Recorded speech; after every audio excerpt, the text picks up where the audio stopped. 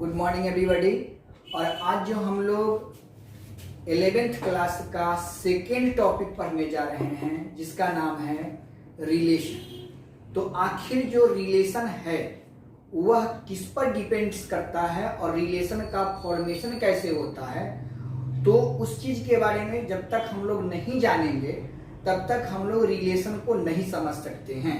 इसीलिए रिलेशन को समझने के लिए हमको दो चीज समझना पड़ता है।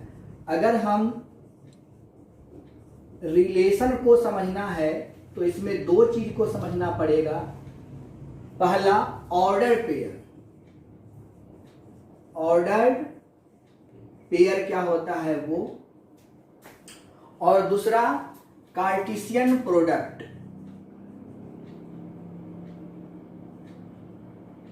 कार्टेशियन प्रोडक्ट, ये दो चीज होता है। पहला आपका ऑर्डर पेयर जानिएगा, कार्टेशियन प्रोडक्ट जानिएगा, तभी आपको रिलेशन समझ में आएगा। तो यहां पे ऑर्डर पेयर आखिर होता क्या है, ऑर्डर पेयर क्या है? तो कहने का मतलब कि जब किसी दो चीजों के बीच, दो सेट के बीच जो हम लोग पेयर बनाते हैं, एक सेट से दूसरे सेट का जो हम लोग पेयर बनाते हैं, उस पेयर को हम लोग क्या कहते हैं? Order pair. ये प्रीवियस क्लास में आप लोगों को मैं बता चुका हूं सेट थ्योरी में कि क्या होता था कि दो सेट्स होते थे, एक सेट्स ए होता था, दूसरा सेट्स बी होता था, और उस दोनों सेट्स के एलिमेंट के साथ जो हम लोग पेयर ऑर्डर लेते थे उसी को हम लोग बोलते हैं आपका ऑर्डर पेयर। तो सबसे पहले हम लोग ऑर्डर पेयर होता क्या है उसके बारे में थोड़ा सा समझ ले, बहुत ज्यादा नहीं समझना है। ऑर्डर पेयर जो होगा वो हमेशा A B C D E F इसके फॉर्म में होगा। तो इस फॉर्म को हम लोग क्या बोलेंगे? ऑर्डर पेयर बोलेंगे। मतलब इसमें दो होगा, मतलब एक किसी और सेट का होगा, बी किसी और सेट का होगा। मतलब अगर शुरू वाले की बात अगर करें ए सी और ई का, तो यह मान लीजिए कि कोई सेट ए का एलिमेंट है। और जैसे देखिए बी डी और एफ की अगर हम बात करें तो ये किसी और सेट का एलिमेंट से इसको मान लेते हैं बी। ये ए और बी के द्वारा जो बनाया गया पेयर है इसी को हम लोग बोलेंगे ऑर्डर पेयर। मतलब जो भी ए फॉर्म ऑफ, ऐसे आप लिख सकते हो कि a form of x1 x2 y1 y2 z1 z2 dot dot dot is called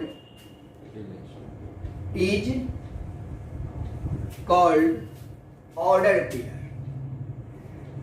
order pair कितना सिंपल बात है, कहीं कोई ज्यादा टेंशन नहीं लेना है।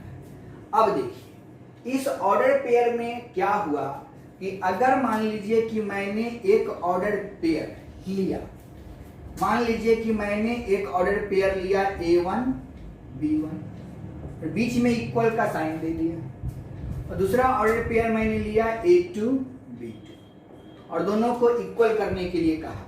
तो देखिए आपको समझ में आ रहा होगा, ये आपका क्या है? Order pair. ये भी क्या है? Order pair. बीच में किसका साइन आ गया? इक्वलिटी का। इसीलिए इसका नाम क्या होना चाहिए?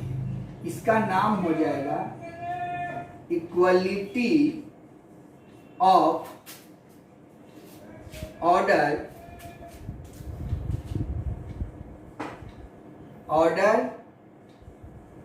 पेयर ऑफ सेट, या सेट ऑफ सेट कर दीजिए, ऑफ सेट। ठीक है, यहां पर जब A1 इजिकल टू A2, मतलब अगर दो ऑर्डर पेयर को बराबर कर दिया जाएगा तो उसका नाम हो जाएगा equality of order pair of set. तो equality of order pair of set में क्या करना होगा कि A1 को A2 के बराबर करके बनाना होगा and B1 is equal to B2 करके बनाना होगा। तो A1 इजिकल टू A2 और B1 इजिकल टू B2 करके बनाइएगा तो यहां से जो आपका रिजल्ट आएगा वह किसका रिजल्ट आएगा? तो equality of order pair of set का रिजल्ट आएगा। तो यानी कि रिलेशन का एक पार्ट के बारे में हम लोग तो समझ गए। दूसरे पार्ट के बारे में समझने के पहले इस पर कुछ क्वेश्चन आपको दिखा देते हैं कि आपको आसानी से बन जाएगा। आपको लिखिएगा कि आपका इक्वालिटी ऑफ ऑर्डर पेयर जो है, ऑर्डर पेयर पर क्वेश्चन कैसा होगा वो देखिए, उसके बारे में लिखा है। Find the value of a and b. Find the value of a and b. Question है, लिखिएगा a plus 5 comma b plus 6 equal to, यहाँ पे 2 और यहाँ पर आपका 3 दिया रहेगा ऐसा। ठीक है, इसमें से फाइंड करने के लिए ये आपको दिया रहेगा और ये आपका क्वेश्चन है। तो कैसे करेंगे? देखिए, फर्स्ट को फर्स्ट से बराबर करना है, सेकंड को सेकंड से। तो यहाँ पर लिखेंगे कि since a plus 5 equal to कितना? 2। तो a इजिकल टू कितना हो जाएगा? a इजिकल टू 2 माइनस 5, तो a इजिकल टू -3। आंसर हो गया, एक का भी निकल गया। एंड अब देखिए, एंड क्या कीजिएगा? b प्लस 6 इजिकल टू 3 है। तो यहाँ पर b इज इक्वल टू निकालिएगा तो 3 माइनस 6 हो जाएगा। तो b इजिकल टू कितना होगा? -3। हेंस a एंड b जो वैल्यू निकला वो कितना निकला? -3 निकला।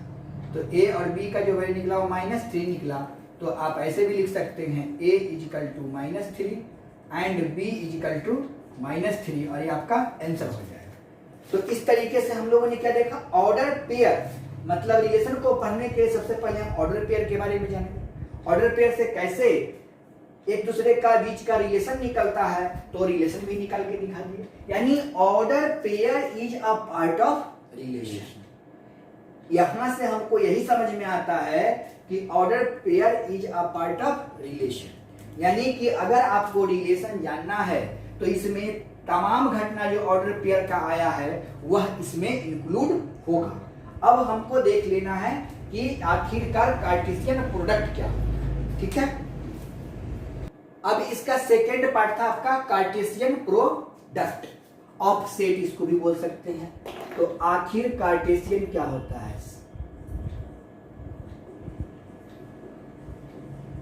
कार्टेशियन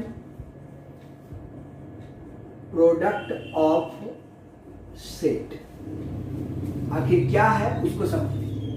अब यहां पर क्या होता है कि इसमें 2 सेट्स रहेंगे। तो यहां पर होगा क्या कि if A and B 2 non empty set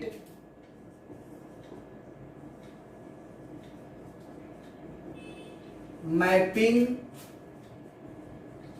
from A to B, mapping from A to B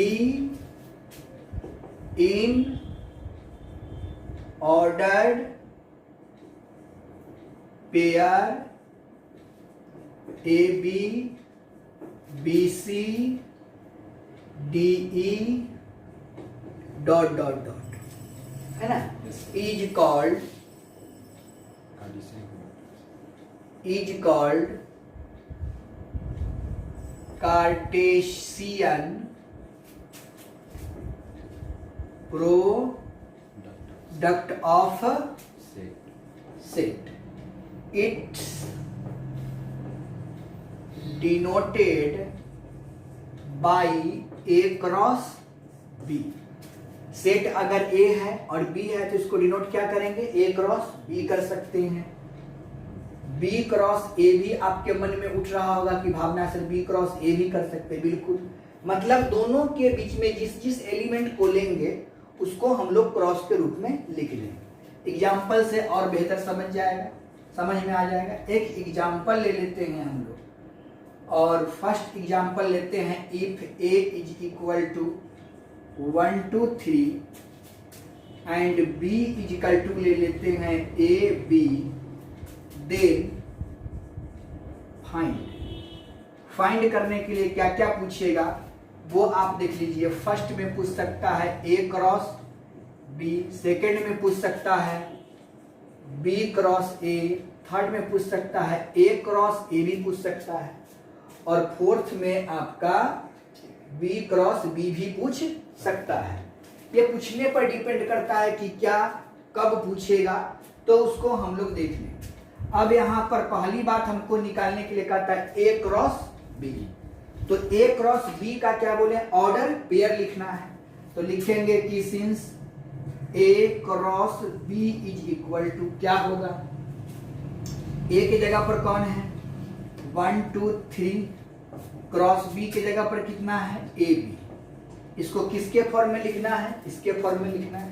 तो देखिए एक से जो आपका ऑर्डर पेयर बनेगा उसको लिख देना है, और 2 से जो ऑर्डर पेयर बनेगा उसको लिख देना, और 3 से मतलब कि हर एलिमेंट्स का जो ऑर्डर पेयर बन सकता है उसको आपको लिख लेना है। तो 1 के साथ क्या होगा a, 1 के साथ b, 2 के साथ a, 2 के साथ b, अब बच गया 3 के साथ a, 3 के साथ b, बंद करिए, आंसर लिखिए। This is called Cartesian product of a into b, यानी कार्टेशियन प्रोडक्ट ऑफ a और b भी बोल सकते हैं। दूसरा क्वेश्चन आपसे पूछ रहा है, ये फर्स्ट का आंसर हो गया। सेकेंड क्वेश्चन पूछ रहा है आपका b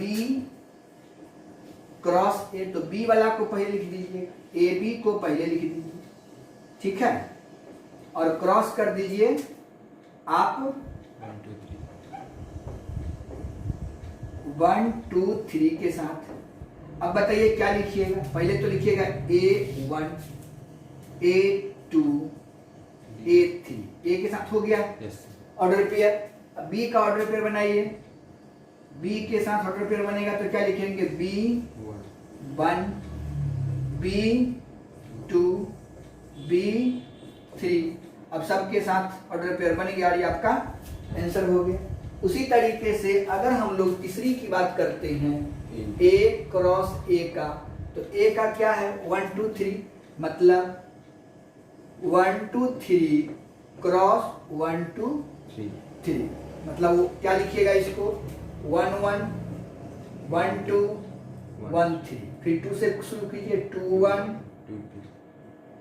2 2 2 3 3 1 3 2 3 3, और इसको बंद कर दीजिएगा, a क्रॉस a निकल जाएगा। और चौथा क्वेश्चन है b क्रॉस b, तो b की जगह पर a b into a b, तो b cross b equal to लिखिएगा a b b a और b b, और ये आपका निकल जाएगा कार्टेशियन प्रोडक्ट। तो इस तरीके से हम लोगों ने देखा कि this is also relation in term of Cartesian product. ये भी आपका रिलेशन ही है, लेकिन किस फॉर्म में है, कार्टेशियन प्रोडक्ट के रूप में है। तो हम लोगों ने क्या देख लिया कि कार्टेशियन प्रोडक्ट कैसे निकाला जाता है। कुछ कार्टेशियन प्रोडक्ट पर हम क्वेश्चन आपको बताते हैं जो और आपको बेहतर तरीके से समझ में आएगा। चलिए देखते हैं। तो देखिए बाबू, आपको मैंने 2 चीज के बारे में बताया। क्या क्या चीज बताया वो तो आपको समझ में आ गया होगा, एक ऑर्डर पेयर और दूसरा कार्टेशियन प्रोडक्ट। तो ऑर्डर पेयर का जो भी क्वेश्चन रहेगा हम लोग बना लेंगे, और कार्टेशियन प्रोडक्ट का जो भी क्वेश्चन रहेगा बना लेंगे। ये एक्सरसाइज जो दिया हुआ है 2.1, एक्सरसाइज 2.1 आपको बनाना है। एक्सरसाइज 2.1 आप बना के देखिएगा, निश्चित बन जाएगा। अब इसमें जो कुछ क्वेश्चन आपको हम थोड़ा सा और दिखा देते हैं कि आपको कंफ्यूजन नहीं हो, और इस दोनों के मिलने से जो तैयार होगा वही आपका रिलेशनशिप। क्लियर है? तो हम लोग इसके बारे में थोड़ा सा समझ लेते हैं। आपसे पूछ सकता है कि find the value of x and y। जहां मेरे भाई वैल्यू को फाइंड करने की बात आएगा तो वहां पर कंसेप्ट एक ही लगेगा, equality of order pair of set. Equality का कंसेप्ट लगा देना है। क्वेश्चन रहेगा कि आपका x plus 1/2 y plus 1/3 is equal to, आपको रहेगा कुछ भी 1 आपका 1 भी आ सकता है, यहाँ पर 1 और 2 ऐसे रहेगा। ठीक है। दूसरा क्वेश्चन आपका हो सकता है कि x plus y x minus y is equal to, यहाँ पे आपका 4 और 6 हो सकता है। तो दो एग्जांपल हम आपको दिखाते हैं।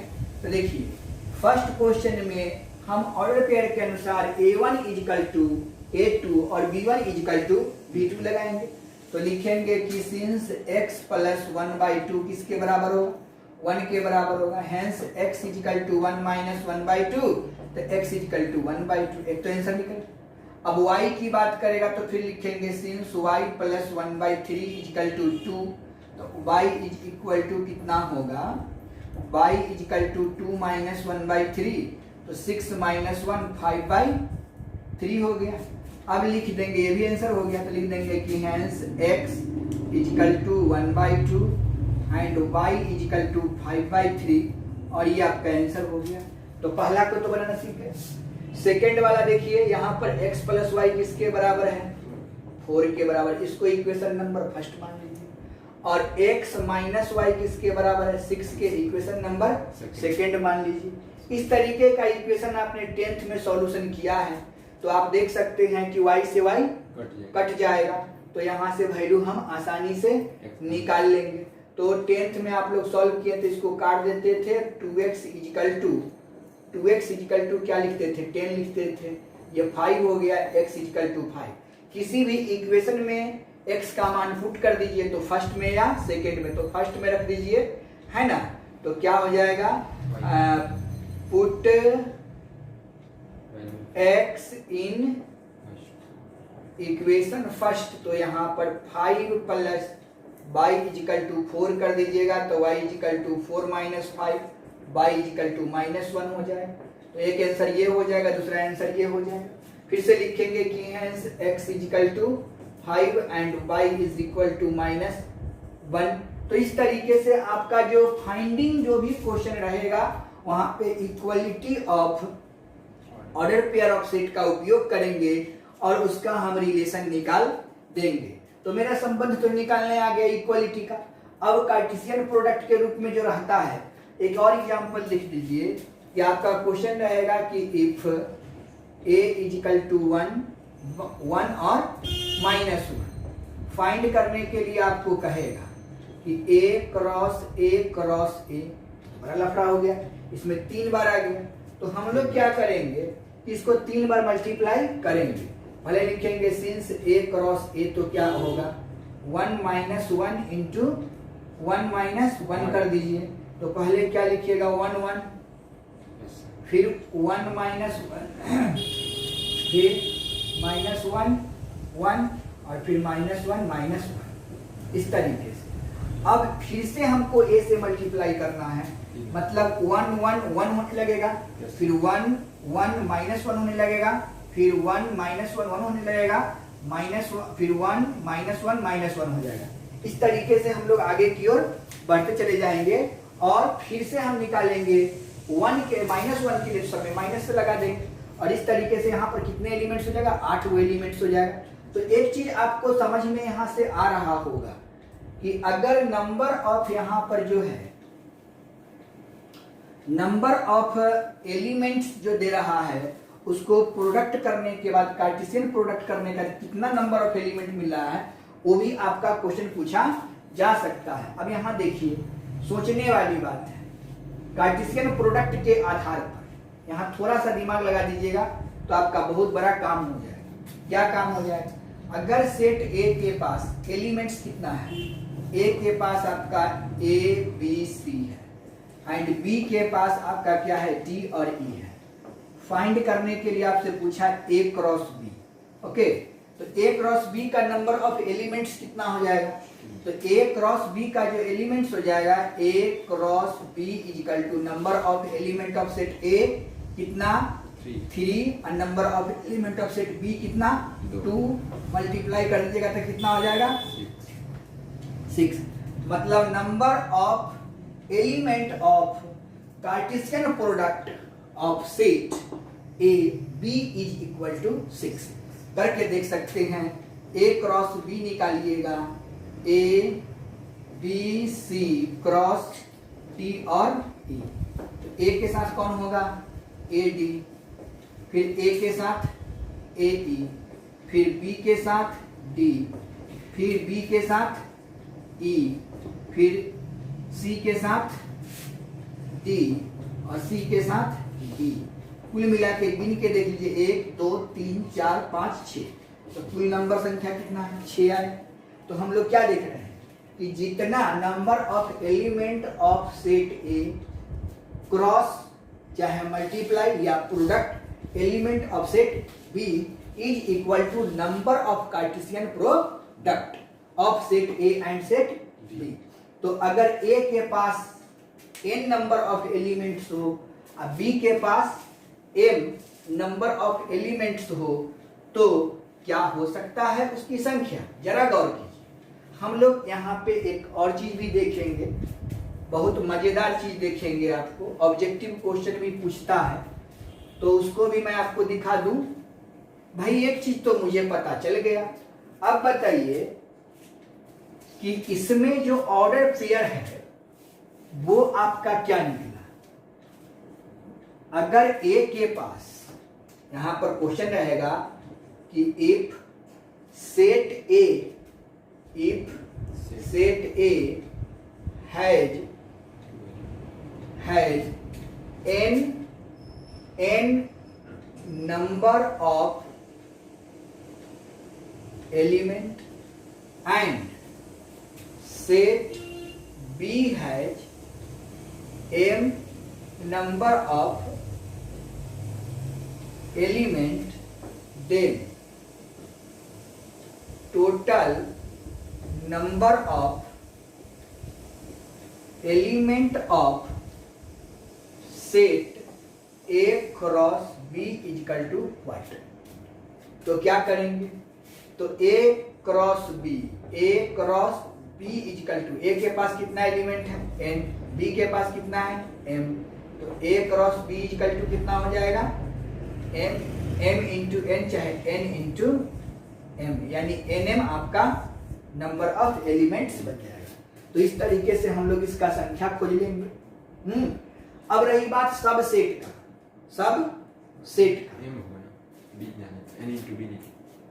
हाँ a इंटू बी में n इंटू m कीजिए चाहे m इंटू n कीजिए, कोई फर्क नहीं पड़ने वाला है, ठीक है। दोनों में आगे पीछे आप कर सकते हैं। अब एक चीज यहां से इसका सबसेट की बात आएगी। तो अब जरा बताइए कि जो इसमें जो एलिमेंट्स हैं वह इसमें जो हम प्रोडक्ट किए हैं उसमें वो एलिमेंट्स है कि नहीं, ठीक है। तो सबसेट के बारे में आपको हम क्या सिखाए हैं कि जो एलिमेंट सेट ए के पास है अगर वही एलिमेंट सेट बी के पास होता है, ठीक है, तो वह क्या कहलाता है? ए का एलिमेंट अगर 1 2 3 है, अब बी का भी एलिमेंट आपका 1 2 3 है, तो इसको क्या लिखते हैं? ए सबसेट ऑफ बी या बी सबसेट ऑफ ए, यही पढ़ते हो। yes. अब प्रॉपर कब बन जाता है? जब नीचे से इक्वल का चिन्ह हट जाता है। तो यहां पर हमको यही देखना होगा कि अगर उसके सेट है उसमें तो उसको प्रॉपर सबसेट के रूप में भी लिख सकते हैं या सबसेट के भी रूप में लिख सकते हैं। ये चीज भी हम आपको पिछले वीडियो में सेट थ्योरी जब पढ़ाए थे तो आपको हमने इस कंसेप्ट के बारे में बताया था, तो आपको बात समझ में आ रहा होगा। अब इसी में आपसे पूछ सकता है कि ए क्रॉस बी है ना, ए क्रॉस बी और बी क्रॉस ए का इंटरसेक्शन पूछ सकता है। ए क्रॉस बी आपको दिया हुआ है और फिर पूछ देगा कि बी क्रॉस ए निकालिए, ये दोनों का इंटरसेक्शन किए। तो इंटरसेक्शन में क्या करते हैं? कॉमन एलिमेंट्स लेते हैं, उस कॉमन एलिमेंट्स को दोनों में से लिख दीजिएगा तो इंटरसेक्शन निकल जाएगा। यूनियन पूछेगा तो टोटल एलिमेंट्स को लिख दीजिएगा तो यूनियन हो जाएगा। सब्ट्रैक्शन पूछेगा तो हटा दीजिएगा। मतलब पीछे का जितना भी आपने प्रीवियस चैप्टर में पढ़ा है वो सारा कंसेप्ट आप यूनियन निकाल सकते हैं, इंटरसेक्शन निकाल सकते हैं, क्रॉस कर सकते हैं, ये तमाम काम इसमें आप कर सकते हैं और इस तरीके से आपका कार्टेशियन प्रोडक्ट समाप्त हुआ। अब हमको पढ़ना है रिलेशन के बारे में। चलिए देखते हैं रिलेशन क्या होता है। अब रिलेशन में क्या करना है उसको देखिए। इसमें भी सेम टू सेम कंसेप्ट चलेगा, लेकिन ए क्रॉस बी के जगह पर हम आर से डिनोट करेंगे और यहां पर जो होगा एक सेट ए का जो एलिमेंट्स होगा वो डोमेन होगा और सेट बी के जो एलिमेंट्स होगा वो कोडोमेन होगा और इससे जो मैपिंग करेगा वो आपका रेंज हो जाएगा। तो यहां पर क्या है कि डोमेन और कोडोमेन वाली बात आने लगती है, इसीलिए थोड़ा सा मतलब कार्टेशियन प्रोडक्ट अगर आप नहीं जानते हो, नहीं समझते हो तो आपको फिर रिलेशन बहुत दिक्कत होगा समझने में। इसीलिए मैंने दोनों चीज के बारे में आपको बता दिया है और अब रिलेशन का नया डिफिनीशन हम क्या लिखते हैं वो देखिए। रिलेशन क्या है वो देखिए। If A and B two non empty set mapping from A to B, B without rule and regulation, rule and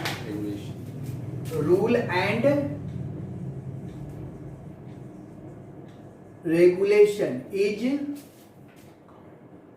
is called relation and it's denoted by R और इसको डिनोट हम लोग R से करते हैं। मान लीजिए कि एक सेट A है और दूसरा सेट आपका B है। इसमें हम लोग कुछ भी ले लिए A, B, C, इसमें ले लिए D और E, तो इसमें इसके साथ भी ये मैपिंग कर सकता है, इसमें इसके साथ भी ये मैपिंग कर सकता है और इसमें इसके साथ भी मैपिंग कर सकता है।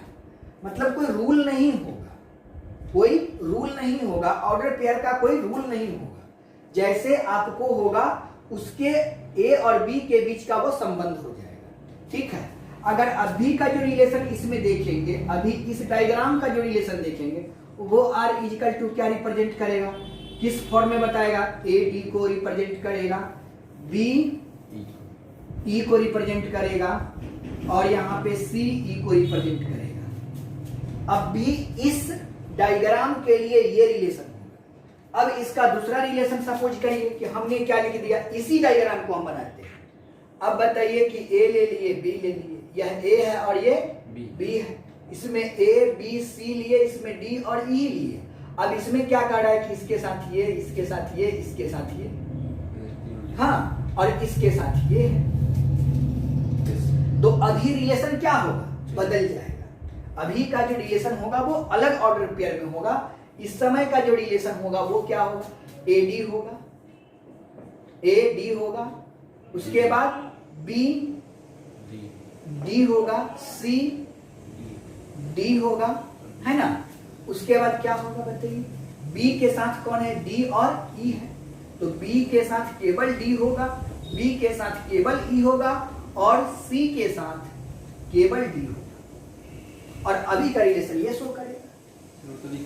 तो देख लीजिए A के साथ A का रिलेशन देखे ना, A के साथ D, B के साथ D और C के साथ D लिखा गया। अब आइए, अब हमको D के साथ करना है, तो B D B E, तो B D B E और C D तो लिखा हुआ है तो इसको नहीं लिखेंगे, हो गया। तो ये आपका क्या हो गया, आपका रिलेशन हो गया। कोई दिक्कत है, B D भी लिखा हुआ है, B D भी लिखा हुआ है, 2 बार लिखा गया। अच्छा, तो देखिए डबल बार रिपीट नहीं करना है, तो B D को एक बार लिख चुका हूं तो उसको छोड़ दीजिए। C E, अब केवल बच जाएगा क्या, B E, बी और ई डबल बार नहीं लिखा जाता है। तो ये आपका इस समय का रिलेशन ये दिया। मतलब रिलेशन में क्या हो रहा है कि पहले था कि एक ऑर्डर पेयर बनता था और अब जो है इसे ऑर्डर पेयर बनाना है। पहले ऑर्डर पेयर दिया रहता था, अब क्या है ऑर्डर पेयर बनाना है। उसकी कोई रूल नहीं है, आपको जैसा जो स्टेटमेंट कहेगा उसके अनुसार ऑर्डर पेयर बना लेना है और उसका वो रिलेशन हो जाएगा। ठीक है, अब देखिए कि इस सेट ए के एलिमेंट को हम लोग बोलेंगे डोमेन, सेट बी के एलिमेंट को कोडोमेन। तो ये हो जाएगा element of set a is called codomain. ठीक है, तो कोडोमेन इक्वल टू क्या हो जाएगा, codomain of relation equal to c और लिखते हैं ए बी है, ए बी सी है तो लिख दीजिए ए बी सी लिख दीजिए। इस तरीके से कोई कंफ्यूजन नहीं। अब इसको क्या बोलते हैं हम लोग, सॉरी इसको डोमेन बोलेंगे, उसको कोडोमेन बोलेंगे। ये आपका डोमेन हो जाएगा, इज कॉल्ड डोमेन है ना, इज कॉल्ड डोमेन। तो यहां से डोमेन जो होगा डोमेन ऑफ रिलेशन ये हो जाएगा और ये जो बाद वाला होता है उसको हम बोलते हैं कोडोमेन। इसको बोलेंगे कोडोमेन ऑफ रिलेशन और इसको हम लोग COR से डिनोट करेंगे। ठीक है, तो कोडोमेन ऑफ रिलेशन क्या हो जाएगा, DR हो जाएगा और रेंज ऑफ रिलेशन क्या हो जाएगा, D भी होगा और R भी होगा। तो ये बदल सकता है, रेंज ऑफ रिलेशन और कोडोमेन ऑफ रिलेशन बदल जाएगा। मान लीजिए कि इसमें एलिमेंट्स बच गया तो आपका रेंज वही नहीं होगा, लेकिन जो मैपिंग करेगा वही रेंज कहलाएगा। तो इस तमाम चीजों पर हम लोग जो है न्यूमेरिकल्स भी रहता है, बहुत सारा क्वेश्चन रहेगा। यानी कुल मिला के रिलेशन में आपको जो पढ़ना है वो क्या क्या पढ़ना है वो आपको यहाँ से हमको अवगत करवा दिए। डोमेन के बारे में पढ़ना है, कोडोमेन के बारे में पढ़ना है, रेंज के बारे में पढ़ना है। तो डोमेन, कोडोमेन और रेंज कैसे निकाला जाता है, कैसे आता है, दोनों के बीच का जो संबंध दिया होता है उससे हम रिलेशन कैसे निकालते हैं, इस तमाम चीजों पर हम लोग नेक्स्ट वीडियो में डिस्कस करेंगे। फिलहाल आप लोग को एक्सरसाइज 2.1 बनाना है, ये 2.2 एक्सरसाइज है। तो एक ही दिन में बहुत कुछ पढ़ा देंगे तो दिक्कत हो जाएगा, इसीलिए पहले आप उस वीडियो को कंप्लीट कर लीजिए, फिर हम लोग इस वीडियो को बहुत बढ़िया से पढ़ेंगे और उसका एक एक क्वेश्चन करेंगे। तो आज यहीं तक, जय हिंद जय भारत।